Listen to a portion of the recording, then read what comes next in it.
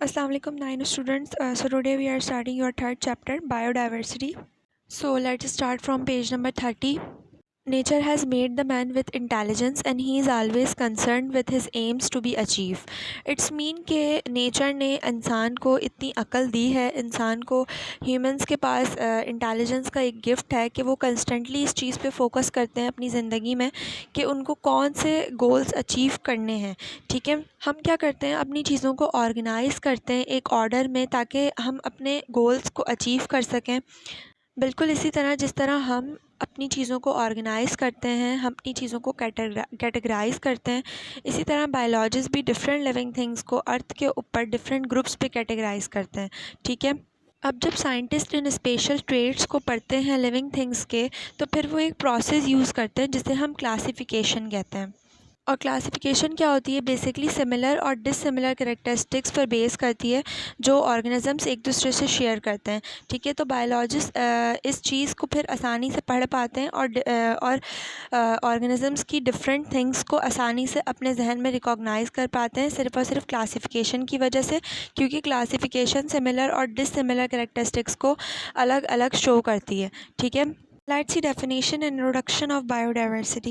Okay, biodiversity basically दो words का combination है. Bio means life and diversity means variations and variations mean change. तो हम biodiversity को इस तरह define करते हैं कि हमारे जितने भी species different regions of the earth पे exist करती हैं, different living things जितने भी different regions of the earth पे exist करते हैं, उनके अंदर जो variations हैं, ठीक है, basically वो biodiversity है। यानी कि जितने भी changes हैं उनमें, ठीक है, वो क्या है, बायोडाइवर्सिटी है। अगर इम्पोर्टेंस ऑफ बायोडाइवर्सिटी की बात करें तो बायोडाइवर्सिटी हमें बहुत सारी ऐसी अच्छी चीज़ें प्रोवाइड करती है जिसकी हमें ज़रूरत होती है।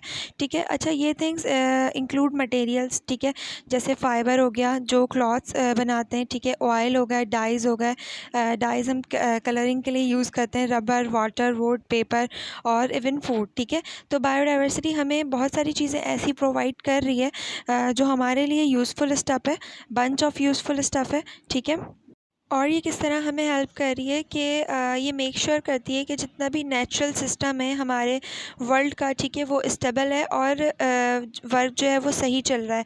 अच्छा, इस तरह से भी काम करती है कि ये जितने भी इम्पॉर्टेंट न्यूट्रिशंस होते हैं उनको रिसाइकिल करती है, ठीक है, बाय यूजिंग फॉरेस्ट, ताकि पोल्यूशन भी रिड्यूस हो।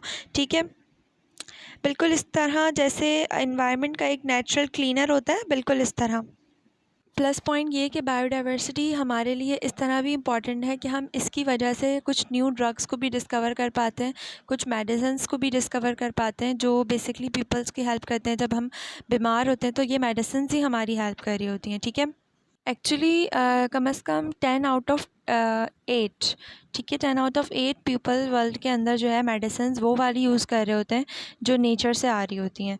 ठीक है, बायोडाइवर्सिटी की वजह से वर्ल्ड जो है वो थोड़ा ज़्यादा ब्यूटीफुल भी हुआ है, क्योंकि डिफरेंट ट्रीज़ और एनिमल्स जो हैं वेरियस प्लेसेस पे मौजूद हैं, और यही जो एनिमल्स होते हैं, ट्रीज़ होते हैं, ये क्या करते हैं, नेचुरल ब्यूटी में एडिशन कर देते हैं।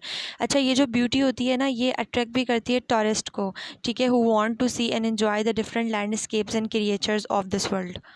So from next class, inshallah, we will continue your further topics. So stay connected for your higher grade in studies.